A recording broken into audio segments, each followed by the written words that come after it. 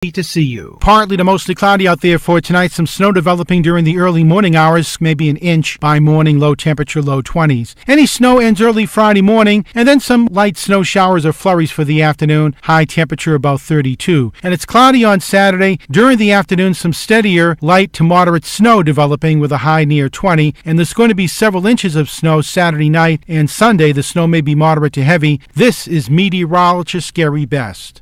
Right now, 29 degrees. Friday! Good morning, America. It's Friday. Jonathan Mark, Fridays at 8, here on AM 1480 WLEA. Oh, yeah. Friday, always the best time of the year, no matter when it occurs. Again, now, Friday is an absolutely great time of year. Now, where were we last Friday at this time? Let me see. Last Friday at this time, the government was still in a partial shutdown. And neither side would budge. Nothing's been done. Don't you think everyone concerned would be a little embarrassed by now? I mean, really? The House and the Senate still get their salaries, by the way, and Trump really doesn't need a salary, and so it goes. What a mess. You know, there was a story in this past Sunday's edition of The Spectator, and it grabbed my attention, and it's held it all week long. First of all, I think the word hero is overused these days. It's been watered down to where many times anyone who performs an act of kindness, essentially an act of a good Samaritan, is deemed a hero. And while that act may be very good and noteworthy, I think you have to go a long way before it becomes heroic. The definition of hero varies depending on what sources you access, but I define hero as someone who does something for the greater good outside of themselves at the risk of life and limb. And that is the key, because I think without that risk, that act may be kind and noteworthy, but it's not heroic. Cops are heroic. Even the simplest traffic stop could go south real quick. As the saying goes, you never know who or what you're dealing with, right? And how about firefighters? They will enter a burning structure to save people's lives. There's heroism. Normally you think there's a burning structure, I think I'm going the other way. But no, they will enter a burning structure. And then there's the military, which kind of slowly brings me to my point. There was a story by Jason Jordan on page 2 in last Sunday's Spectator, and it told of the 100th birthday party held at JC's Cafe right here in Hornell of Mr. William Eck of Hartsville, who was a member of Darby's Rangers. Now, I've always had an interest in military history, and when I was 12 or 13 years old, I read a book about the D-Day invasion of Normandy in northern France in World War II. And I remember reading about Darby's Rangers, a 2nd Ranger Battalion, and how they took out the big German guns at Point du Hoc. That was the highest point between Omaha Beach and Utah Beach, which is where the American forces landed during that invasion. And it was the mission of Darby's Rangers to land before the main force, scale those 100-foot cliffs, and take out those guns, which would have done a tremendous amount of damage to the incoming ships, boats, and men. Those guns were 155 millimeters, and they could fire a shell 20,000 feet, or 20,000 yards, which is approximately 4 miles. And these guys, 225 of them, landed on the beach on the early morning of June 6, 1944, and they scaled those sheer 100-foot cliffs with ropes under heavy enemy gunfire, rifle fire, machine gun fire, including baskets of hand grenades being dropped on them. One hand grenade will do a tremendous amount of damage, but baskets of them? Now, their ropes were cut, but they did reach the top, and they took out those guns. Which, by the way, this is kind of interesting, those guns were approximately 600 yards south of where the Rangers were told they were.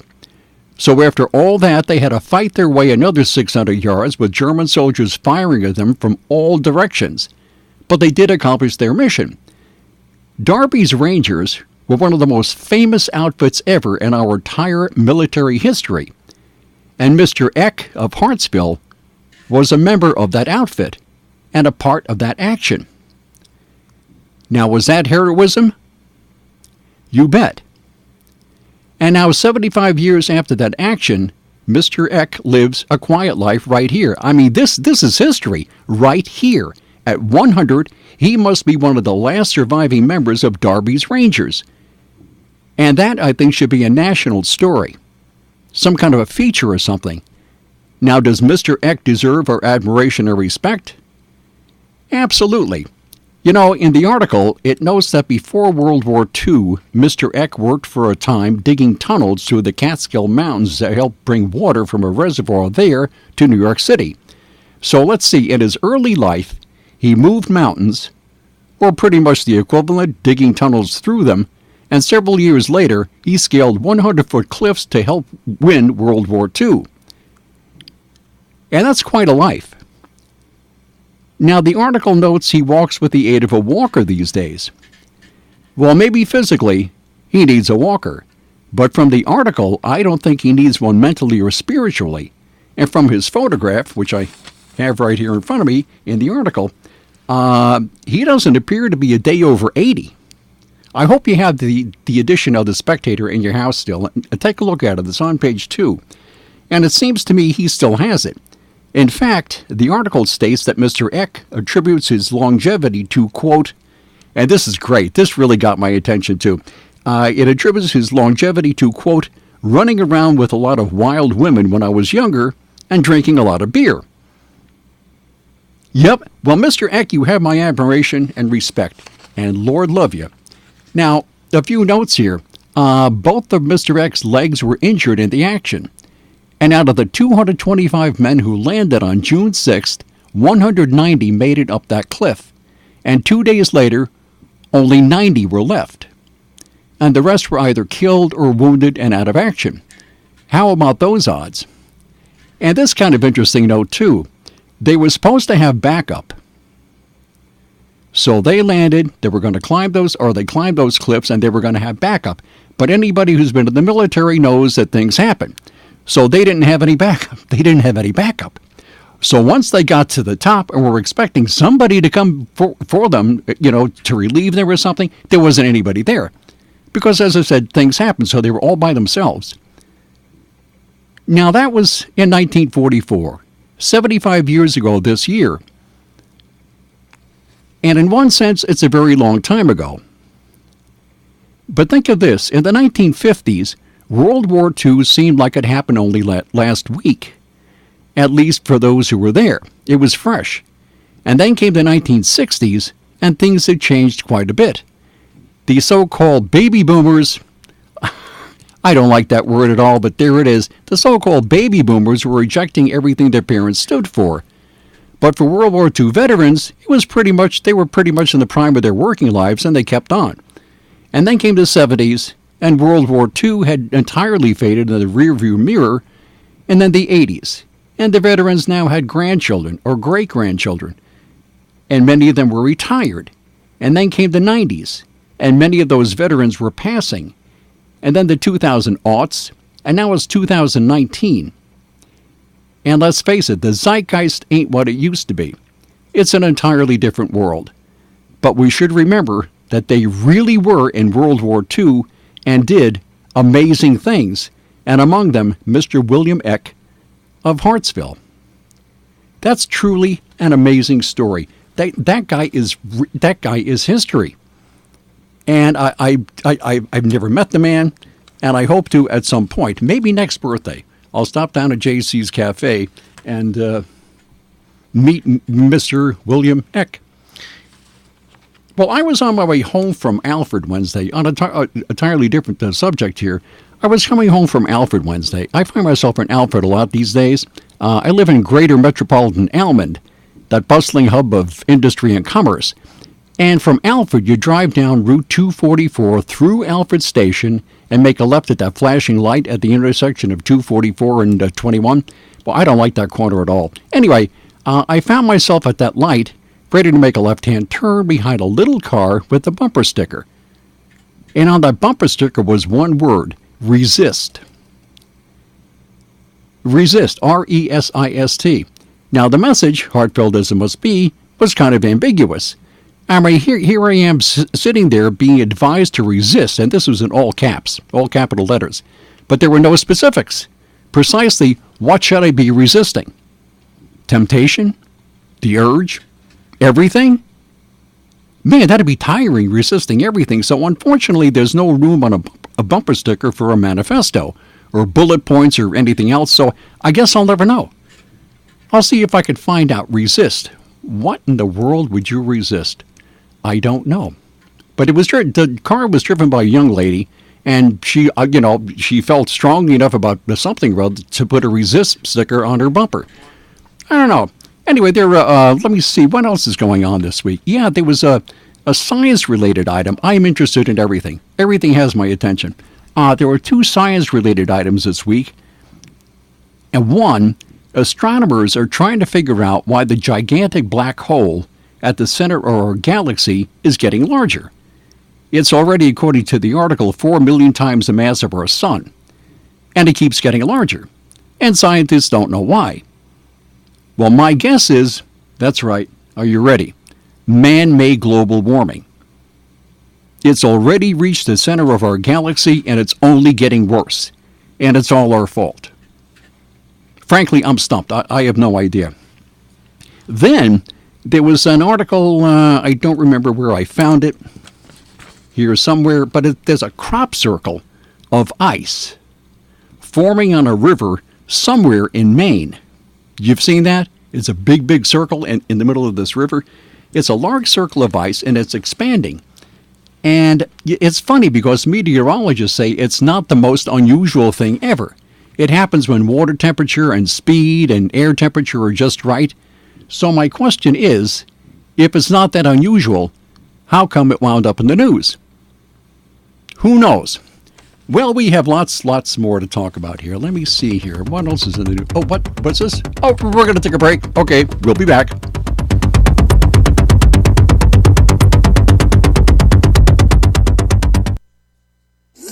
From the Fox Sports Studios in Los Angeles, here's Eddie Garcia. Checking the night in the NBA, the Raptors get by the Suns 111-109. Toronto at 34-13 reclaims the top record in the NBA. They're a half game up on idle Milwaukee. The Nuggets beat up on the Bulls 135-105. Denver moves a half game back of idle Golden State in the race for the top record in the West. Denver now 30-14 on the season. The Lakers surprised the Thunder in Oklahoma City 138-128 in overtime. LA still playing without injured star LeBron James. Outscored Oklahoma City 16-6 in the extra period. 76ers no trouble beating the Pacers on the road 120-96. Hornets over the Kings 114-95. And in a game played in London, England, the Wizards edged the Knicks 101-100. Washington won the game on a goaltending call with 0.4 of a second to play. Top 25 college basketball, we had 2 teams in the top 10 in action. They both won. Number 5 Gonzaga rolled over Loyola Marymount 73-55, and number 6 Michigan State won at Nebraska 70-64. From the Fox Business Network, Netflix reported a strong quarter. It added 8.8 million paid subscribers, more than expected, but Netflix has been spending on new programming. It made more money, but Wall Street was expecting even stronger earnings from Netflix. Its shares rallied earlier in the week when Netflix raised prices for subscribers. Former Nissan chairman Carlos Ghosn has been told he must remain in a jail in Japan until at least March. Ghosn's attorneys unsuccessfully challenged the decision to deny his release on bail. Tesla says it will end its referral program effective February 1st. It allowed owners to refer a friend and both would receive perks. The Dow closed up 162 points yesterday. The Nasdaq added 49 and the S&P was up 19. With the Fox Business Report, I'm Jenny Cosola. When weather hits, the right wiper blades make all the difference. That's when the Michelin Man is on your side, helping you see better and drive safer with new Michelin Premium Wiper Blades. Designed with exclusive SmartFlex technology or frameless beam design, Michelin blades flex to the curve of your windshield, giving you unparalleled, streak-free, long-lasting, all-season performance.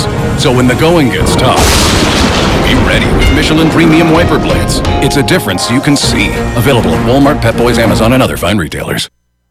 Hello, this is Brian O'Donovan, President and CEO of St. James Hospital. I want to update you on all the great things that are happening here. The big news is our new medical office building. Almost all outpatient services are now located there.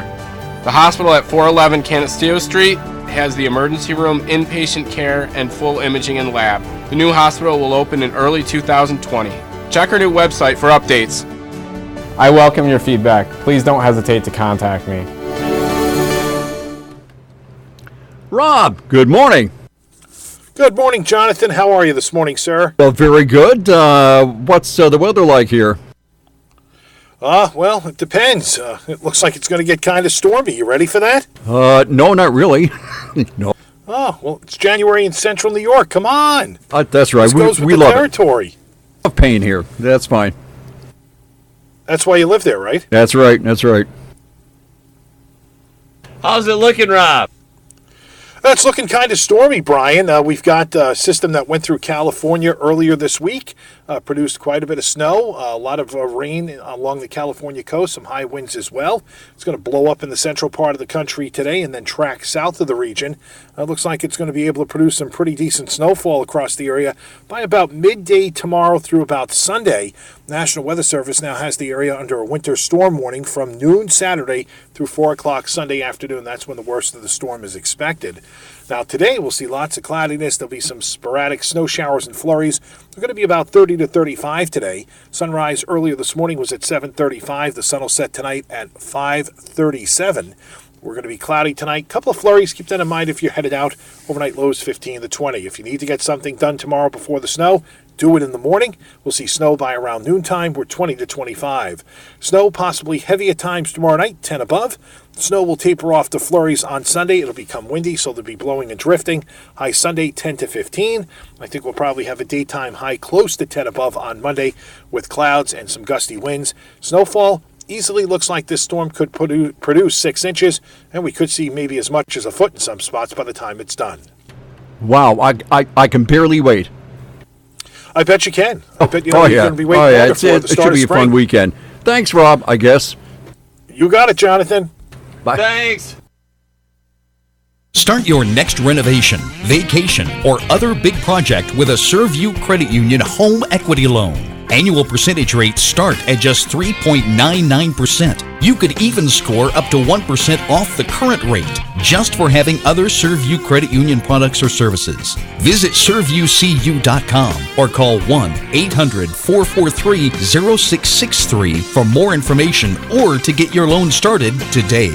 Membership eligibility required. Rate reduction amount depends on number of qualified products or services. Some applicants may not qualify for some products or services. Loans subject to credit approval. Rate subject to change. Federally insured by NCUA. Surview Credit Union is an equal housing lender. When you find something good, when you find something good, when you find something good, pass it on. Pass it on, it's a tradition. Pass it on.